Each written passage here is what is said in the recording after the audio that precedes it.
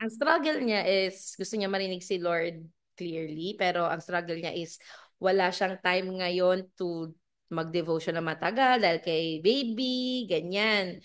So, gusto kong basagin yung parang lie na yon na doon mo lang maririnig si Lord by sa quiet time lang by reading the Bible.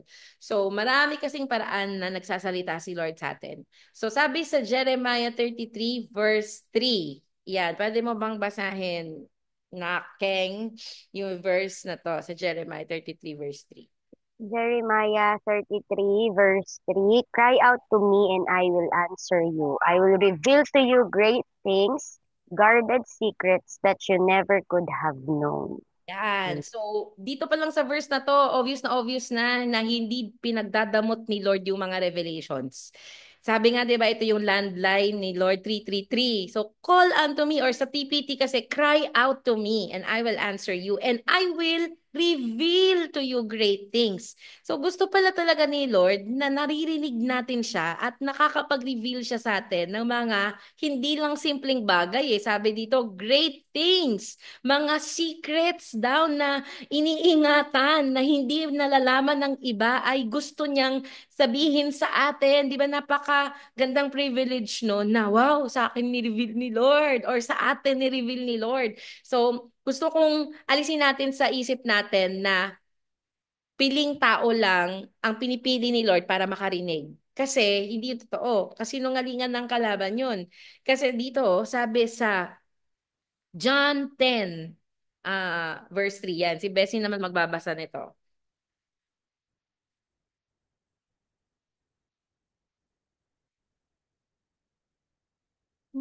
Kamute ka ata, Bes. And because the gatekeeper knows who he is, he opens the gate to let him in, and the sheep recognize the voice of the true shepherd, for he calls his own by the name, by name, and leads them out, for they belong to him. Yan, ganda yan. Sa ibang translation, my sheep know me and they hear my voice. Dito sa TPT, the sheep recognize the voice of the true shepherd. So, kung tayo bala mga sheep, automatic, maririnig mo at naririnig mo ang boses ni Lord. Hindi siya parang isang sheep lang, dalawang sheep lang nakakarinig. Kaya lahat tayo may ability to hear the voice of God and to recognize. Kailangan pala ma-recognize mo, boses ba to ni shepherd ko o boses to ni thief, ni Satan? So, gusto kong i-establish sa atin tonight, you are called and you are meant to hear the voice of God. You were created to hear the voice of God.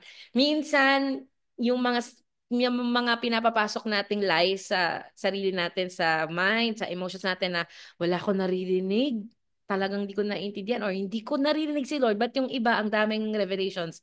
Sometimes ginagamit ng enemy yon to deceive you na wala kang naririnig. But in truth, babalikan ko yung line kanina sa day one.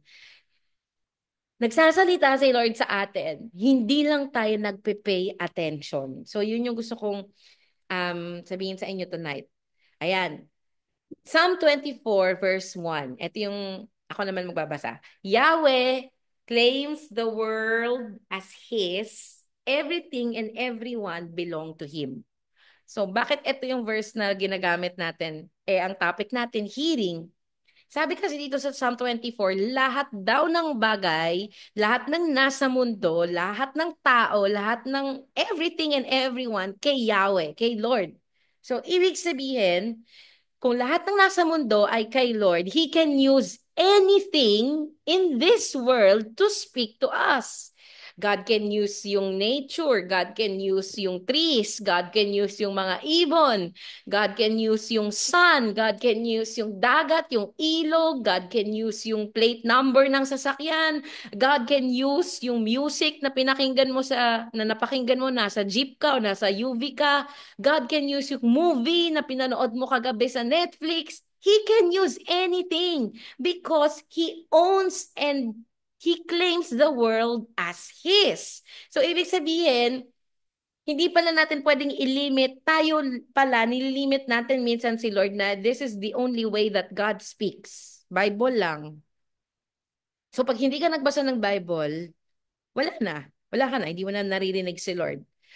Or kapag wala ka na sa quiet time mo, hindi ka na nagde-devotion, nasa labas ka na ng kwarto, nasa work ka na, hindi mo na maririnig si Lord kasi that's the only place, that's the only time eh, di ba? Hindi natin sinasabing hindi malaga yung secret place ha. Hindi ko yun ina-encourage. It is very important. It is still the primary place where you can hear the voice of God. However, ang isang malaking kasinungalingan ng kalaban is outside of your devotion, you cannot hear the Lord. Or maririnig mo lang si Lord during your devotion.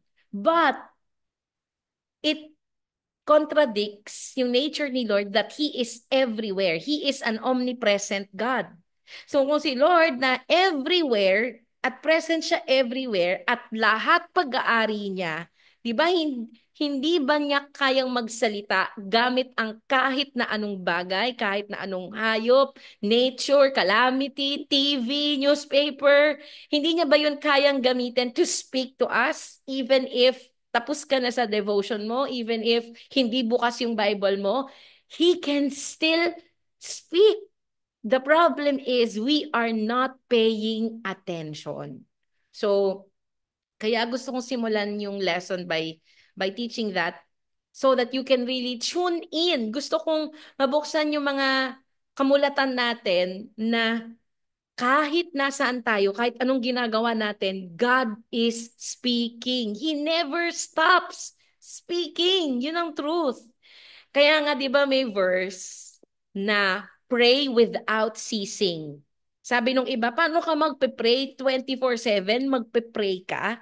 Alam nyo, ang ibig sabihin kasi noon, He never stops speaking. Praying simply means speaking with God, listening to God. So, kahit na nasa grocery ka, kahit na nasa mall ka, kahit na nasa Japan ka, nagsasalita pa rin si Lord. Hindi siya tumitigil. Hindi nga siya natutulog, di ba? He never sleeps, He never slumbers. So if our ears are always tuned in sa Kanya at alam natin na kahit nasa labas ako ng bahay, nagsasalita siya. If I will pay attention sa mga nangyayari, naririnig ko, napapanood ko, nakikita ko, nararamdaman ko, if I will pay attention to the details, maririnig mo si Lord. Ang gandang revelation, di ba? Na lahat kasi sa kanya eh. So bakit hindi niya pwedeng gamitin ang lahat para mangusap sa iyo, mangusap sa atin. So malalaman mo na nangungusap si Lord sa iyo by your feelings. Halimbawa, may pinakinggan ka ako specifically yung song na yon na The Mighty Name of Jesus, na pakinggan ko lang siya ng isang beses. And then, merong something sa akin na na-stir up. Dun, narinig ko yung lyrics. Parang, merong, merong inaano si Lord sa akin dun. Tapos, sinearch ko na yung lyrics. Um, Pinaulit-ulit ko na. So, ang ibig sabihin ng paying attention, i-observe mo saan ka na-move. Halimbawa, nanood ka. Saan ka na-move? Saan ka naiyak? May playlist ka sa Spotify. Ano yung mga songs na nagigrip yung heart mo or saan ka nagdodwell sa worship, you have to pay attention because God uses those things, worship song, Spotify, YouTube, movies, mga advertisements sa billboard. Kailangan mo mag-pay attention dun sa details kasi nagsasalita din si Lord dyan. Sa plate number, 'di ba? Sa mga banner o kaya sa packaging ng isang um, pagkain or chichirya or kung ano man. Anything. Anything. If we will only pay attention, He is always speaking. So maganda nga dyan, dapat dinodocument natin eh. Today, nakita ko to sa supermarket, nakalagay, um, nothing is impossible. Yung mga ganyan. So i-take note mo yun because God is speaking. Ganun eh. Alam niyo na nasa Japan kami, ay bago kami mag-board ng plane, nag-aantay na kami nung check-in sa counter. Na umupo muna kami kasi sobrang aga namin. Antok na antok kami. Tapos sa katabi naming upuan, merong lalaki na naka-jacket. Tapos sa likod ng jacket niya, kinalabit ako ni Bray eh. Sabi niya, tingnan mo yung jacket ni Kuya. Paglingon ko, ang nakalagay sa jacket niya is courageous. Sobrang laki na word, courageous. Tapos meron pang line dun sa babae na nakalimutan ko na yung anong nakalagay. Pero sabi ko, wow, grabe. Ito pala ibig sabihin na when you pay attention, He is everywhere. He is speaking everywhere. So, naalala ko na sinabi nga ni Lord kay Joshua, be strong and be courageous. 'Di ba? Tapangan mo, lakasan mo ang loob mo kasi binigay ko na sa iyo yung lupang pangako. So, sa airport nangusap siya through the jacket, through the t-shirt. At ang dami sa Japan, alam niyo, nakakita ko ng kotse na 6161. Ang fino-focus natin ngayon, di ba, is Isaiah 61. Ito na, the Spirit of the Lord is upon you to preach the gospel, to heal the sick, to pray for the blind, to proclaim liberty to the captives. Ang galing kasi yung kotse, 6161. Tapos sabi ko, if you will really talaga pay attention, na parang, wag mo lang i-treat yung ordinary day na yan na walang mangyayari, hindi ko maririnig si Lord, mamaya ko pa maririnig si Lord pagka nag-quiet time na ako. Hindi siya ganun eh. Everywhere you are, nandun si Lord. So, He is always speaking. So, we always have to pay attention. So, sabi ko, ang galing. Lord, talagang totoo talaga na if I pay attention, no, you are speaking everywhere. Tas, meron pa ako nakita, plate number ng kotse, 999, 999. Eh, di ba ang 9 is um, delivering the promise. 9 months mong dadalhin yung baby at ipapanganak mo na. So, na-encourage ako kasi 999 eh. Hindi lang single 9. As nag-speak si Lord sa akin na 999. This is the year of delivering the promise. Ipapanganak na. Conception na. O, Gia, conception pa tayo, di ba? This is the year of conception. This is the year of birthing the promise. 999. So, sobrang na-encourage ako kahit naglalakad kami doon sa Japan, na-encourage ako na kinakausap ako ni Lord because I was paying attention. So para bang naging conscious na ako na kahit saan, nandito pala si Lord, kahit saan, nagsasalita pala si Lord. So gusto ko kayong encourage tonight, start paying attention sa work mo, sa mga nakakausap mong tao, yung mga nafe-feel mo, emotions mo, mga naiisip mo, yung mga nakikita mo sa paligid mo, pay attention because He uses anything and everything to speak to us. Ang ganda, di ba? Nakaka-encourage na, kaya gusto ko marinig ni Naomi to eh. So, hindi lang confined si Lord sa quiet time. Kung season mo ngayon na nanay ka at puyat ka at wala kang oras mag-devotion, pwede mo pa rin marinig si Lord. Kahit nga nagkakarga ka ng bata at umiiyak yung baby mo, nagsasalita pa rin si Lord. Pakinggan mo yung iyak ng baby. Pakinggan mo yung ingay sa bahay. So, yun yung gusto kong iiwan sa inyo tonight. At i-practice natin, bibigyan ko kayo ng homework. Paano makinig? Yan. So, ang homework nyo is, dahil ang main verse natin is Jeremiah 33:33, ay 33:3. Call unto me and I will answer you and tell you great and mighty things that you do not know of yet. So, ngayon, papractice natin this whole week, ipapractice natin yung art of listening. So, sabi dito, sa number 1, we will start practicing paying attention. So, ang homework nyo is natin, yan. Number 1, take note of what you feel. Yan. So, kunyari, manonood ka ng K-drama, mag-open ka ng Netflix, manonood ka ng TV, balita. Take note of what you feel when you watch a movie, when you watch the news, when you scroll through Facebook. So, i-take note mo, meron bang video, particular scene sa movie na na-move ka, na naiyak ka, na binigyan ka ni Lord ng parang thought or revelation. So, take note of it. What moves you? Saan ka naiiyak? Saan ka na nadodraw? Or saan parang lumalapit yung loob mo doon kapag napapanood mo siya, or may certain line ba na narinig ka, napanood ka na nag-resonate sa'yo. Pay attention to those moments. Number 2, ano yung pag nakakinig ka ng mga playlist mo sa Spotify, what song moves you? Ano yung song na nagpapayak sa'yo? Ano yung song na parang ang lapit-lapit ni Lord sa'yo when you listen to that song? And pay attention to the lyrics of the song. So, busisain mo, ano bang, bakit ako namumove dito? Tungkol ba to sa fear? Tungkol ba to sa breakthrough? Tungkol ba to sa answered prayers? Kasi iba-iba tayo eh. Pwedeng hindi tayo magkakaperes, pero pwede din namang may mga songs na same tayo na move, kagaya yung kanina, yung kinanta natin, di ba? Pero merong song, for example, na specific lang sa'yo. Kasi yun yung season mo eh.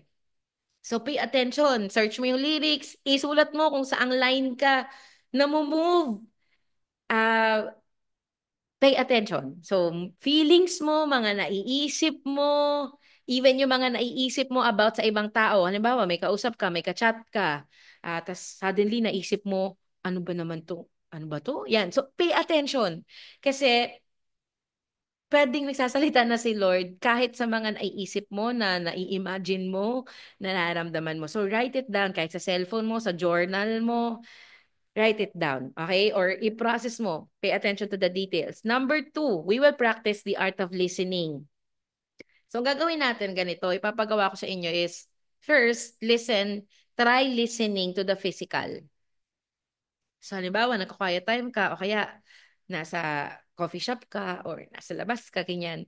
Pumikit ka saglit, and pakinggan mo lahat ng naririnig mo. Ingay ng electric fan, tunog ng nanay mo na nagluluto, yung tricycle na dumadaan sa labas. I-take note mo lahat ng naririnig mo physically. Kasi that is hearing, listening physically. Ano yung naririnig mo? Yung ibon, narinig ko si Nori tumatahol. As you close your eyes, listen to the physical sounds. So that is how you practice listening. Kasi minsan sabay-sabay, di ba? Nasa isang lugar ka, nasa isang kwarto ka, umiyak yung anak mo, tinawag ka ng asawa mo, may bunganga ng kapitbahay mo. Pero, sabay-sabay yun nangyayari, pero lahat yun naririnig mo, di ba? At na-identify mo na tinawag ka, for example, ni LD, tinawag ka ni Shonshon, nag-ring yung phone mo, nag-notify yung messenger mo. Alam mo eh, kahit sabay-sabay siya na nangyayari, you know, you recognize bakit, naririnig mo siya physically. Pero alam nyo ba, in the spiritual realm, ganun din siya nag-work. Kailangan mo lang i-practice yung spiritual ears mo. Naririnig mo na nagsasalita si Lord sa'yo. Kahit sabay-sabay pa yan na nangyayari at may mga noise, you are able to hear the voice of the shepherd kasi sheep ka niya. So, try to practice the art of listening physically. Isulat mo ano yung mga narinig mo. Pagising mo ng 5:30 a.m., ano yung narinig mo? Yung taho, yung tunog ng electric fan. Ayan. After mo i-process yon, isulat mo siya, di ba? Narinig mo siya lahat. Ngayon, as you close your eyes, i-process mo naman, Lord, tanongin mo si Lord, Lord, what am I not hearing? Dito sa mga naririnig kong physical sounds ngayon, ano yung hindi ko naririnig? Ibig sabihin, yun yung hearing mo in the spiritual. Meron ako naririnig ngayon na ingay ng electric fan, meron ako naririnig na ingay ng TV or ng nung aso sa labas. Pero Lord, I want to hear what I am not hearing in the physical. So, yun na yung tatanungin mong next kay Lord. Lord, what am I not hearing? Ano yung hindi ko naririnig ngayon physically that you want me to hear spiritually? So, may silence yun eh. Sometimes, mag-i-impress si Lord sa'yo ng word na, halimbawa, courage. Bigla mo na lang naisip yung word na courage, narinig mo or na-imagine mo, isulat mo siya. Tapos, maya-maya, na-feel mo naman broken or may in-impress sa'yo na word na brokenness. As you ask the Lord, na Lord, what am I not hearing? Kasi may physical ako na naririnig but I want to hear in the spirit. So what am I not hearing? I want to hear it in the spirit realm. I want to hear it in my spiritual ears. Maririnig mo siya. It could be an impression, it could be a thought, an imagination, a feeling, a burden, a word, a song. Pwede siya. So, isulat mo rin siya. I-practice natin yung hindi mo na tayo yung nagsasalita ng marami. Kasi we can only hear when we stop, the moment we stop talking. So, siguro yun yung least na napapractice natin sa Christian life natin, no, is the art of listening, really listening, quieting down, and just listening, di ba, to the voice of God. So, yun. Bago tayo yung mag-declare, bago tayo mag-thanks, bago tayo um, mag-prayer request nung kasandamakmak nating prayer request, listen muna tayo. Mag-pay attention ka muna. Kasi maring may sinasabi na si Lord, but because nagmamadali tayo, di ba? Tayo na agad yung nagsasalita. Pero yun nga, hindi na natin narinig kung ano yung gusto i-impress ni Lord sa atin. Yun. Pwede rin naman sa social media, may nabasa kang post, tas parang doon sa post na yun, na antig yung spirit mo, yung puso mo. It could be na may dinidiinan si Lord sa'yo dun sa area na yun. So, tungkol ba saan yung post na yun? Tungkol ba sa forgiveness?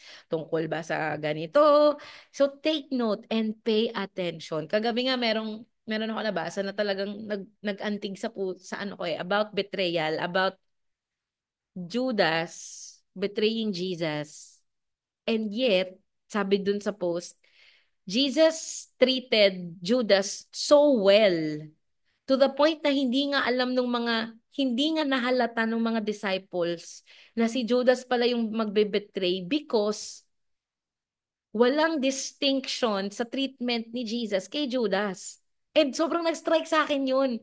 Alam niyo kung bakit? Because doon ako sometimes hirap eh. So, nangusap sa akin yun. So, nag-pay attention ako. Bakit ako na-move dito sa social media post na to? Kasi ako, pag may kaaway ako, for example, or may gumawa sa akin na hindi maganda, may tendency ako na mararamdaman mo. Halimbawa, cold ako, or masungit ako, or kanyan. Pero sabi kasi nung post, Jesus treated Judas so well, to the point na hindi nahalata ng mga disciples na si Judas yung magbe-betray because walang distinction, walang difference kung paano tinrato ni Jesus yung hindi magbe-betray at kung paano niya itirato yung si Judas na alam niyang i-betray siya. Walang difference. Hindi nahalata ng mga disciples kasi tinanong pa nga nila, di ba? Nung Last Supper, Lord, sino yan? Sino yung manggagawa? Sino yung magbe-betray sa'yo? Ang revelation doon is hindi obvious na si Judas yon, hindi nilaglag ni Lord na si Judas yon doon sa mga ibang disciples dahil sa, ay, bakit kaya hindi kinakausap ni Lord si Judas? Ba't kaya iniiwasan ni Lord si Judas? Or bakit kay Judas cold siya? Kasi kung ganun yung treatment ni Lord kay Judas, alam na nila agad kung sino, di ba? Na siya yung mangbebetray kasi iba yung treatment ni Lord eh. Pero sobrang nag-strike sa akin yung line na yon na Jesus treated Judas so well na hindi nahalata ng mga disciples na si Judas yung mangbebetray. Kasi ibig sabihin, sobrang kind pa rin niya kay Judas. Halika na, kain ka na dito sa table, sa Last Supper. Even if alam na niya na i-betray siya or na may gagawin sa kanya si Judas. So, nag-strike sa akin yun. So, nag-pay attention ako kasi I know na Lord, ano ba to? May mga dadating pa bang betrayals this year? Or gusto mo ba na baguhin ko how I treat? Diba? Yung mga nakaka-disappoint sa akin, yung mga may mga nagagawang hindi maganda, hindi nasunod yung mga inutos ko, yung mga gusto ko. And pag nag-respond ako, alam na alam agad nila na disappointed si Pastora Deb or ay, parang galit si Pastor Deb. Pero dun sa post na yon, dapat walang difference. May kasalanan man o wala, nandun pa rin yung love, nandun pa rin yung grace, same pa rin. So sabi ko, grabe Lord, dito mo ba ako gustong dalhin sa ganitong level ng love, ganitong level ng grace, ganitong level ng acceptance na walang makakaapekto sa akin kahit ano pang gawin nila na hindi ma-obvious ng iba na ay napagalitan ni Pastora si ganito or galit siya na hindi na ma-obvious kasi ganun mo minahal si Judas na hindi nga na-obvious na may gagawin siya kasi walang distinction sa treatment mo eh. So, ayun, madaling araw yun, pero nangusap si Lord sa akin doon sa post na yun about how Jesus treated his enemy or the one who would betray him. So, practice the art of listening this week. What do you hear in the physical? What do you hear in the spiritual? Okay? So, last homework for this week is, after natin ma-practice yan, yung take note of what you feel, pay attention to the details. finally, hindi ko alam kung meron na kayo nito siguro noong January 2025 na nag-prayer and fasting tayo, meron nang binigay sa inyo si Lord.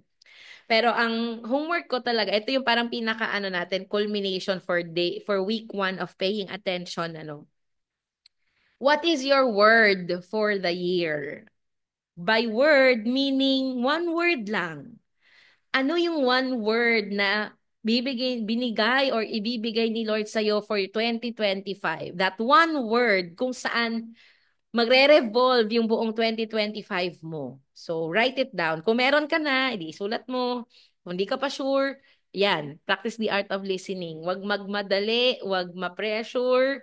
Kung wala, edi wala, 'di ba? Hindi siya dapat parang dapat Lord si Deb meron na or si yung iba meron ng word. Lord ako, walang ganun dapat. Hindi mo dapat ma-feel na um, para bang naiiwanan ka na dahil wala kang word, ganyan. Pero as you practice the art of listening and paying attention, makikita mo, makukuha mo yung word.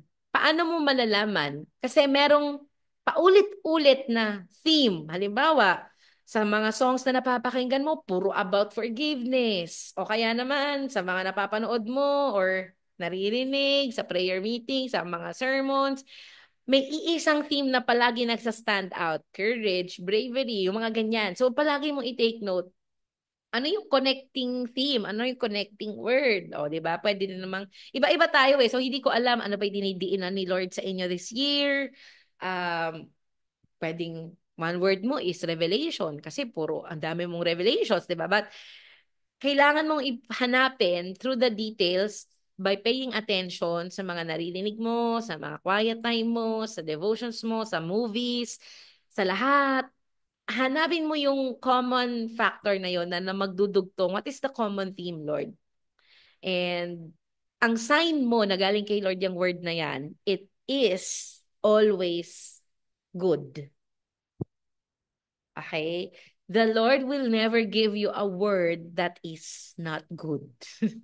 So, yun yung sign. So, kunyari, ang word mo is fear. Pwedeng fear of the Lord, di ba? Pero, kunyari, discouragement, o kaya loss, o kaya death, hindi yan galing kay Lord. Okay? Isa na yun sa mga identifiers mo because He is a good God. He will never give you something bad. Okay? Lahat ng mga sinasabi ni Lord sa atin ay palaging mabuti. Okay? So, what is your word for the year, for 2025? Okay? Ano yan? What does it make you feel like? Anong naramdaman mo dahil na-receive mo yung one word na yan? At ano yung mga naiisip mo? So, yan, what moves you? Is it love, compassion, justice? Ako, nung ginawa ko yung exercise na to, natagalan ako kasi iniisip ko, ang dami kong words. Sinulat ko lahat.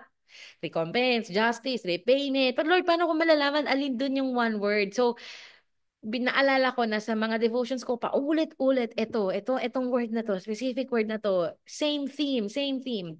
So, hanapin mo yung common word. At pag pinagsama-sama mo kasi lahat ng mga words na yan, maaaring may isang word na magde-describe sa lahat ng yan. Kung marami kang nare-receive na words na iba-iba, pwedeng iisang theme lang yan under lahat. Or pwede din namang may isa dyan na magsa-stand out na yun talaga yung parang pinaka nagmo-move sa'yo. So, yun, homework yan. I hope hindi kayo, no pressure guys. Ayoko kayo ma-pressure na makaramdam ng any pressure dito sa activity na to. But I want to challenge you this year, to pay attention to the details, to be encouraged na naririnig mo si Lord. Feeling mo lang hindi. Pero sa totoo, naririnig mo siya. Clearly. At ang goal natin is ma-activate yung hearing mo in the spirit realm or yung spiritual senses mo after these exercises or after naaral na natin, di ba, that we hear the voice of God. If we call unto Him, He will answer us. So it is God's will for us to hear His voice. And because He owns everything in this world, He uses anything and everything to speak to us. Kaya wag nating ilimit or limitahan si Lord outside of your quiet time, outside of your devotion, outside of the Bible. The Bible is the main, okay? It is the foundation. It is the main source. But outside of the secret place, when you go out to do your normal day-to-day activities, God is still speaking. We just have to pay enough attention. Ayan. So, siguro, yan, mag-journal kayo kasi parehas naman kayo mahilig magsulat. Si Keng, tsaka si Bessie, parehas nagjo-journal, di ba? So, make the most out of your journaling time, di ba? Isulat mo na lahat, i-process mo lahat ng mga napapansin mo, nafe-feel mo, naririnig mo, because it will help you hear God's voice clearly. Yan. Kaya siguro alam ko, baka nga sa inyo meron na yan eh. Kaya pala paulit-ulit, ito yung puro nare-receive ko. Then, yun yung dinidiinan ni Lord sa'yo, di ba, for this year. Ah, baka sisiw na lang sa inyo tong exercise na to, but I still want to encourage you to go through the homework, the exercises without without pressure. But have that eagerness and desire to hear God's voice more clearly by practicing paying attention. Yan, to the surroundings, the happenings, the news, 'di ba? Kahit saan kasi. So ayun lang. Tapos i-share natin, wag na dun sa group sa GC. Pwede din naman, pero pwedeng next week as we meet for week 2, mag-share tayo nung mga na-receive nyo. Kung by next week wala ka pa ng one word, okay lang. Huwag kang ma-pressure na mag-produce. Kasi pangit naman na pinilit mong mag-produce ng one word just for the sake na alam mo yun, yung parang kino-compare mo yung sarili mo. Ba't siya meron na ako, wala pa. Hindi eh. Kung hindi ka pa sure, edi wag muna, 'di ba? Wala namang hindi nagmamadali si Lord. So, ang mahalaga, alam mo na yun yung sinasabi niya. Yun yung one word mo for 2025. At bakit mahalaga yun?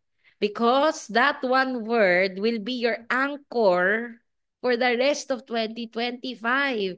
Lahat na ng gagawin mo, lagi mo na yung ibabalik sa one word mo. Kasi parang magiging compass mo yan eh. Aligned ba to?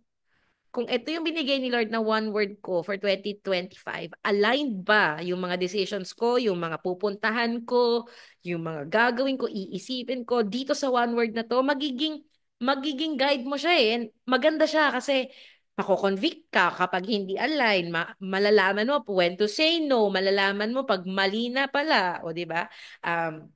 Hindi dapat diyan, ito dapat. So, it's very good. Maganda siyang practice and gawing habit and gawing guidepost kasi yung one word mo na yon, it will also be based sa word of God. Hindi natin i-disregard yung word. Actually, i-encourage ko kayo na doon sa next week kasi natin ang activity is processing it. So, it should always be confirmed by a word sa Bible. So yung one word mo, it will be found, it will be confirmed with a word. 'Di ba? Isasalamin pa rin natin siya sa word. Kaya hindi totoong, pwede na palang di magbasa ng word kasi nangungusap naman si Lord sa kahit saan. Hindi yun. That is not the truth. That is a lie, 'di ba? Foundation ng word, but outside of the word, nandun pa rin si Lord. So, yun I am making clear na hindi substitute ito yung listening, yung watching movies, hindi siya substitute sa word. Word pa rin ang foundation mo and then the Lord will just confirm, 'di ba? Confirm and reveal through, outside circumstances when you pay